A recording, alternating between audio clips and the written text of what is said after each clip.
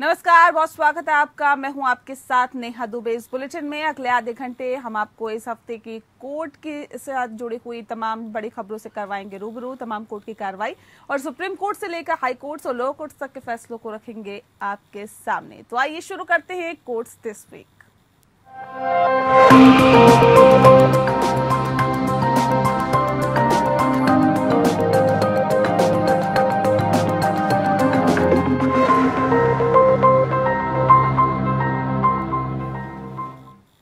लखीमपुर खीरी मामले में supreme court का बड़ा फैसला आया है। कोर्ट ने मंत्री अजय मिश्रा टीनी के बेटे आशीष मिश्रा की जमानत रद्द कर दी है। इसके साथ ही इलाहाबाद हाईकोर्ट के फैसले को सुप्रीम कोर्ट ने खारिज कर दिया है। सुप्रीम कोर्ट ने कहा कि पीड़ितों को हर कार्रवाई में सुनवाई का अधिकार है। वर्तमान मामले में पीड़िता को सुनवाई के अधिकार से वंचित किया गया। कोर्ट ने कहा कि आशीष मिश्रा 1 हफ्ते में सरेंडर करे। कोर्ट ने आरोपी की जमानत अर्जी पर योग्यता के आधार पर नए फैसले के लिए नए सिरे से विचार करने के लिए मामले को वापस उच्च न्यायालय भेजा है।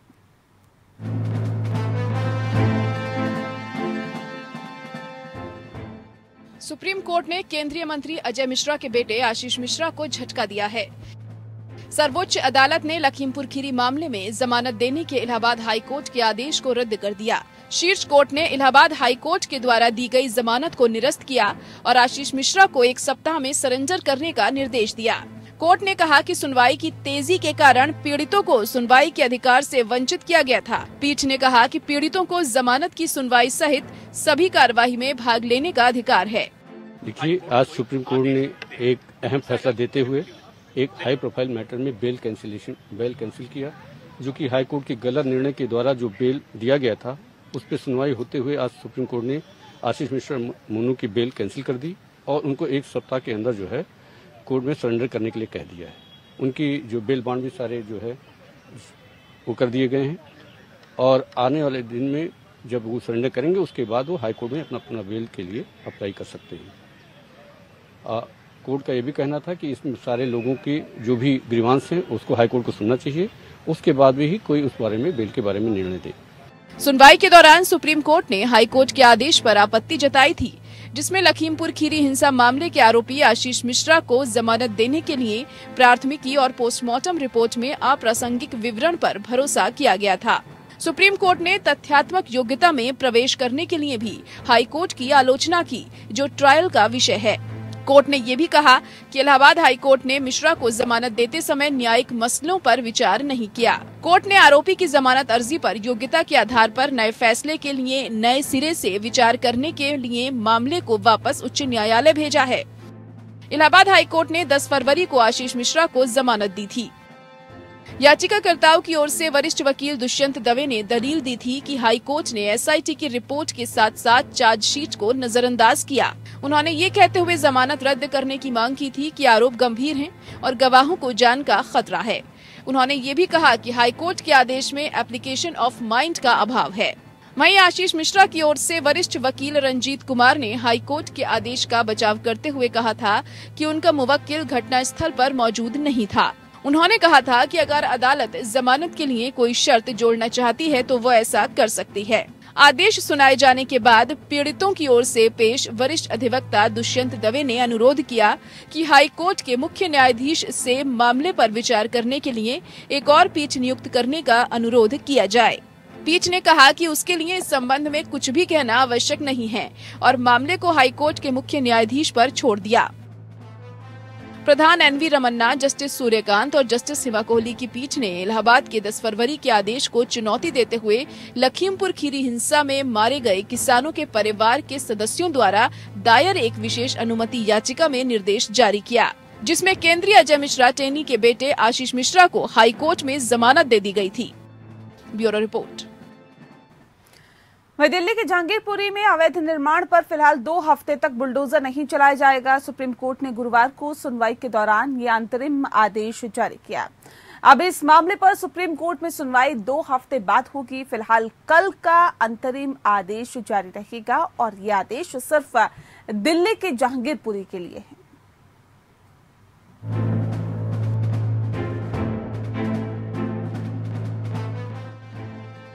जहांगीरपुरी इलाके में बुलडोजर से तोड़फोड़ के मामले पर सुनवाई शुरू हुई। बुलडोजर कार्रवाई को लेकर सीपीएम की नेता वृंदा करात ने भी सुप्रीम कोर्ट में अर्जी दी है। करात ने अपनी याचिका में जहांगीरपुरी में हुई तोड़फोड़ का आदेश रद्द करने की मांग करते हुए तोड़फोड़ की वजह से पीड़ित लोगों को मुआवजा दिए जाने की मांग की है। साथ ही मुआवजा दिए जाने के लिए समय सीमा तय करने की भी मांग की। याचिका के मुताबिक जहांगीरपुरी में हुई तोड़फोड़ अमानवीय, अवैध और अनैतिक बताई है।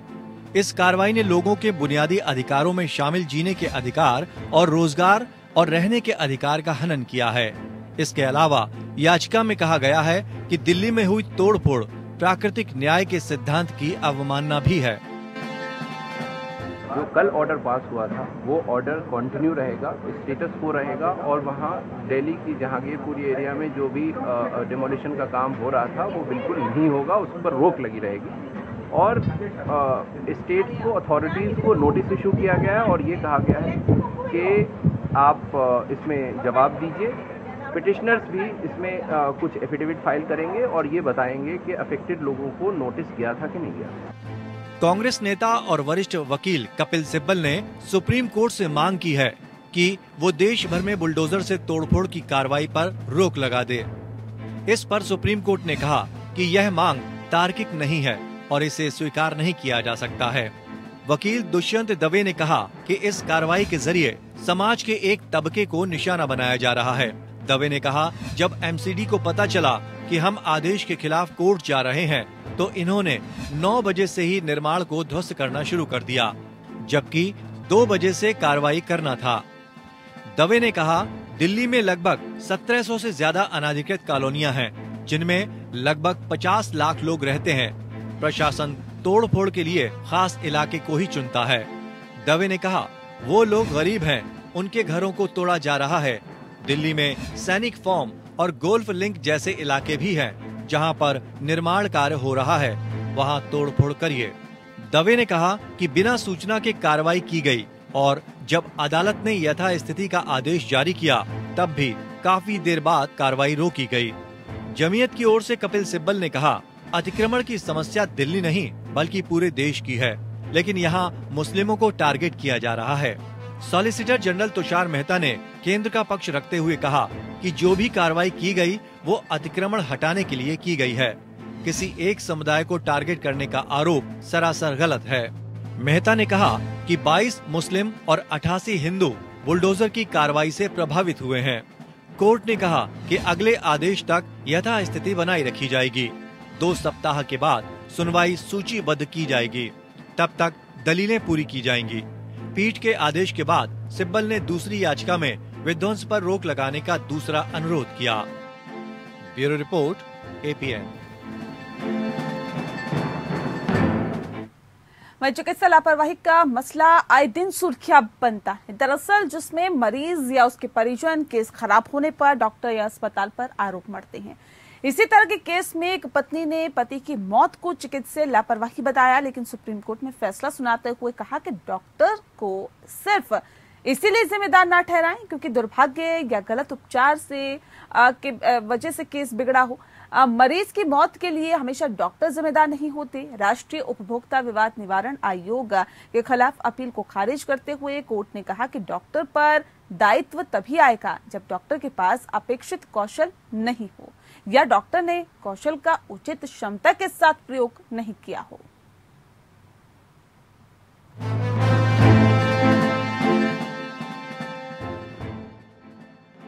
सुप्रीम कोर्ट ने चिकित्सीय लापरवाही मसले पर सुनवाई करते हुए अहम फैसला सुनाया है। सुप्रीम कोर्ट ने कहा कि डॉक्टर अपनी ओर से उपलब्ध सर्वोत्तम चिकित्सा सहायता प्रदान करते हैं। एक डॉक्टर को सिर्फ इसलिए जिम्मेदार नहीं ठहराया जाना चाहिए क्योंकि दुर्भाग्य या उपचार का उचित तरीका न चुनने के कारण मामला बिगड़ गया और मरीज को बचाया नहीं जा सका। जस्टिस अजय रस्तोगी और जस्टिस अभय एस ओका की पीठ ने कहा कि चिकित्सक केवल तभी उत्तरदायी होगा जब उसका आचरण उसके क्षेत्र में उचित रूप से सक्षम चिकित्सक के मानकों से नीचे हो। इस मामले में एक महिला ने राष्ट्रीय उपभोक्ता विवाद निवारण आयोग का दरवाजा खटखटाकर आरोप लगाया कि उसके पति की मौत ऑपरेशन के बाद चिकित्सीय लापरवाही के कारण हुई है। उसने इलाज करने वाले डॉक्टर्स और अस्पताल की ओर से लापरवाही को जिम्मेदार ठहराया। पीठ ने राष्ट्रीय उपभोक्ता विवाद निवारण आयोग के फैसले के खिलाफ डॉक्टर चंदा रानी अखोरी और अन्य की अपील को खारिज कर दिया। अदालत ने कहा कि डॉक्टर पर दायित्व तभी आएगा जब या तो डॉक्टर के पास अपेक्षित कौशल नहीं है जो अपने पास होने का दावा करता है, या फिर डॉक्टर ने मामले में कौशल का उचित क्षमता के साथ प्रयोग नहीं किया जो उसके पास था। आयोग ने ऑपरेशन के बाद लापरवाही के लिए एक नर्सिंग होम और उसके डॉक्टर्स के खिलाफ 95,16,000 रुपए हर्जाने के उनके दावे को खारिज कर दिया था। 1995 में किडनी प्रत्यारोपण के कुछ महीनों के भीतर उनके पति नवीन कांत की मृत्यु हो गई थी। शीर्ष अदालत ने कहा कि इस मामले में सभी post operative medical care protocol मरीजों को दिए गए थे, फिर भी उसकी स्थिति बिगड़ती गई और अंत में उसे बचाया नहीं जा सका, जो वास्तव में दुर्भाग्यपूर्ण है। लेकिन नियति को जो स्वीकार्य है उसका कानूनी सहारा नहीं हो सकता। कोर्ट ने हालांकि कहा कि उपचार के एक कोर्स को अपनाने के दौरान चिकित्सक पर ये कर्तव्य डाला जाता है कि उसे ये सुनिश्चित करना चाहिए कि उसके द्वारा चिकित्सा प्रोटोकॉल का उसके सर्वोत्तम कौशल और सक्षमता के साथ पालन किया जा रहा है। चिकित्सा लापरवाही तभी होती है जब कोई चिकित्सक अपने पेशे के मानकों का निष्पादन करने में असफल रहता है। लापरवाही 3 तरीके से हो सकती है। पहला, प्रतिवादी वादी की देखभाल के कर्तव्य को पूरा नहीं करता। दूसरा, प्रतिवादी देखभाल के कर्तव्य का उल्लंघन करता है। तीसरा, वादी को इस उल्लंघन के कारण किसी प्रकार की क्षति का सामना करना पड़ता है। सन 1955 में उच्चतम न्यायालय ने चिकित्सा पेशे को उपभोक्ता संरक्षण अधिनियम 1986 के तहत लाया गया और चिकित्सा उपचार को सेवाओं का नाम दिया गया था। Bureau report. सुप्रीम कोर्ट ने दिल्ली पुलिस की ओर से दायर उस हलफनामे पर असंतोष व्यक्त किया जिसमें कहा गया था कि पिछले साल दिसंबर में दिल्ली धर्म संसद के दौरान कोई हेट स्पीच नहीं दी गई थी। धर्म संसद में कथित तौर पर हेट स्पीच मामले की सुनवाई के दौरान सुप्रीम कोर्ट ने शुक्रवार को दिल्ली पुलिस को बेहतर हलफनामा दायर करने का आदेश दिया। दरअसल दिल्ली में 19 दिसंबर को हिंदू युवा वाहिनी द्वारा आयोजित धर्म संसद कार्यक्रम को लेकर पुलिस द्वारा दाखिल जवाब पर सुप्रीम कोर्ट ने सफाई मांगी। पुलिस ने हाल ही में हलफनामा दाखिल कर कहा था कि वहां कोई नफरत भरी बात नहीं की गई थी। हिंदू समुदाय के हित की बात हुई थी, जिस पर सुप्रीम कोर्ट ने हैरानी जताते हुए पूछा कि ये सब इंस्पेक्टर रैंक के जांच अधिकारी का स्टैंड है या डीसीपी का। कोर्ट ने दिल्ली पुलिस को नया हलफनामा दाखिल करने के लिए 2 सप्ताह का समय दिया है।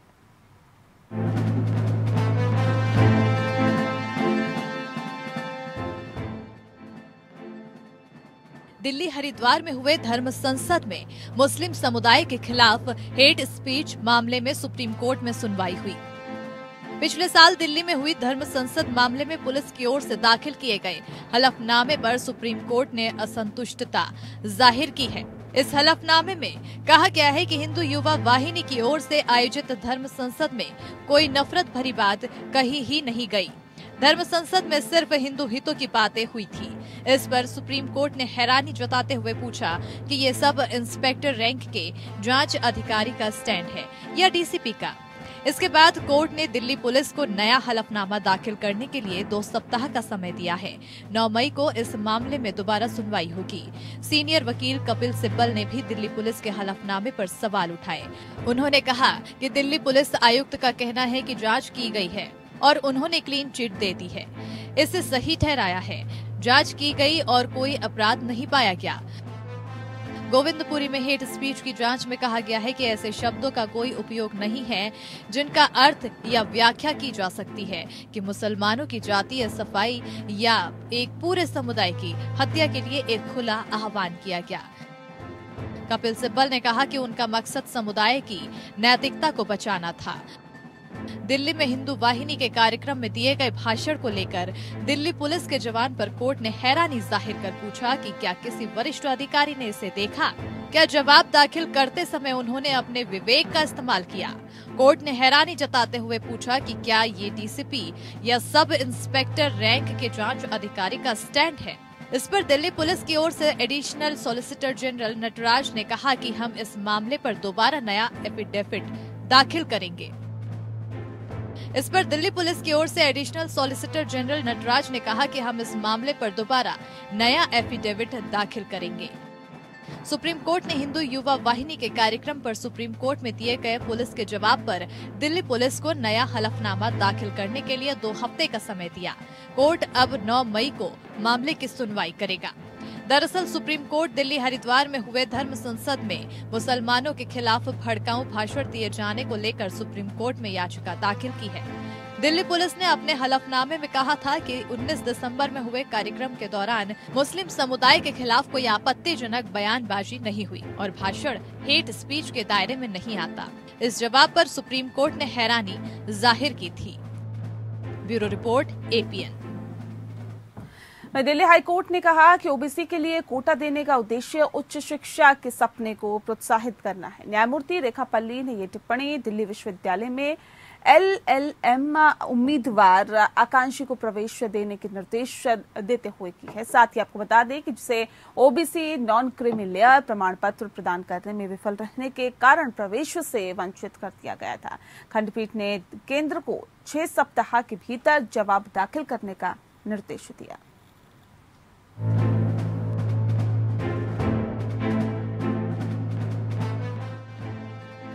दिल्ली उच्च न्यायालय ने ओबीसी कोटे पर सुनवाई की। दिल्ली उच्च न्यायालय ने एक आदेश में कहा है कि ओबीसी उम्मीदवारों के लिए कोटे का उद्देश्य उन्हें उच्च शिक्षा के अपने सपने को पूरा करने के लिए प्रोत्साहित करना है। ऐसे में अधिकारियों का कर्तव्य है कि वो उनको आरक्षण प्रदान करने के संवैधानिक लक्ष्य को आगे बढ़ाएं। न्यायमूर्ति रेखा पल्ली ने ये टिप्पणी दिल्ली विश्वविद्यालय में LLM उम्मीदवार आकांक्षी को प्रवेश देने का निर्देश देते हुए कही है, जिसे ओबीसी नॉन क्रीमी लेयर प्रमाण पत्र प्रदान करने में विफल रहने के कारण प्रवेश से वंचित कर दिया गया था। उच्च न्यायालय ने आकांक्षी की याचिका पर सुनवाई करते हुए कहा कि दिल्ली विश्वविद्यालय ने याचिकाकर्ता को सभी दस्तावेज अपलोड करने के लिए मुश्किल से 4 घंटे का समय दिया और प्रमाण पत्र वर्तमान वित्तीय वर्ष का नहीं होने के कारण प्रवेश से इनकार कर दिया। इस मामले में अदालत ने कहा कि जब अधिकारियों ने छात्रों को उनके पहले के ओबीसी नॉन क्रीमी लेयर प्रमाण पत्र के आधार पर प्रवेश के लिए आवेदन करने की अनुमति दी थी, तो याचिकाकर्ता को कम से कम पर्याप्त समय दिया जाना चाहिए था। ऐसा करके विश्वविद्यालय ने ओबीसी उम्मीदवारों के लिए आरक्षित 2 कीमती सीटों को बेकार जाने दिया गया। अदालत ने कहा कि ये मानने में कोई संकोच नहीं है कि याचिकाकर्ता के प्रवेश को मंजूरी नहीं देने में प्रतिवादी का रवैया मनमाना रहा है। इसी के बाद याचिकाकर्ता को विश्वविद्यालय द्वारा अपनाई जा रही प्रथा के अनुसार बाद के सेमेस्टर की परीक्षाएं देने की अनुमति दी है। उच्च न्यायालय ने बृहस्पतिवार को आपराधिक प्रक्रिया अधिनियम 2022 के प्रावधानों की संवैधानिक वैधता को चुनौती देने वाली जनहित याचिका पर केंद्र सरकार को नोटिस जारी कर जवाब मांगा है। कार्यवाहक मुख्य न्यायाधीश विपिन सांघी और न्यायमूर्ति नवीन चावला की खंडपीठ ने केंद्र को 6 सप्ताह के भीतर जवाब दाखिल करने का निर्देश दिया है। पीठ ने कहा है कि केंद्र सरकार इस याचिका के विचार योग्य मुद्दे सहित अपना जवाब दाखिल करे। पीठ ने मामले की सुनवाई 16 नवंबर तय की है। आपराधिक प्रक्रिया विधेयक लोकसभा द्वारा 4 अप्रैल 2022 और राज्यसभा द्वारा 6 अप्रैल 2022 को पारित किया गया था। इसके बाद इसे राष्ट्रपति की सहमति मिली और अंततः 18 अप्रैल को आधिकारिक राजपत्र में प्रकाशित किया गया। अधिनियम में आपराधिक मामलों में पहचान और जांच के उद्देश्य से दोषियों और अन्य व्यक्तियों की माप लेने और रिकॉर्ड को संरक्षित करने का प्रावधान है। ये उंगलियों के निशान, हथेली और पैरों के निशान, फोटोग्राफ, आइरिस और रेटिना स्कैन, भौतिक जैविक नमूने और उनके विश्लेषण आदि समेत व्यक्तियों के उचित शरीर माप लेने की मंजूरी के लिए कानूनी मंजूरी भी देता है। Bureau report.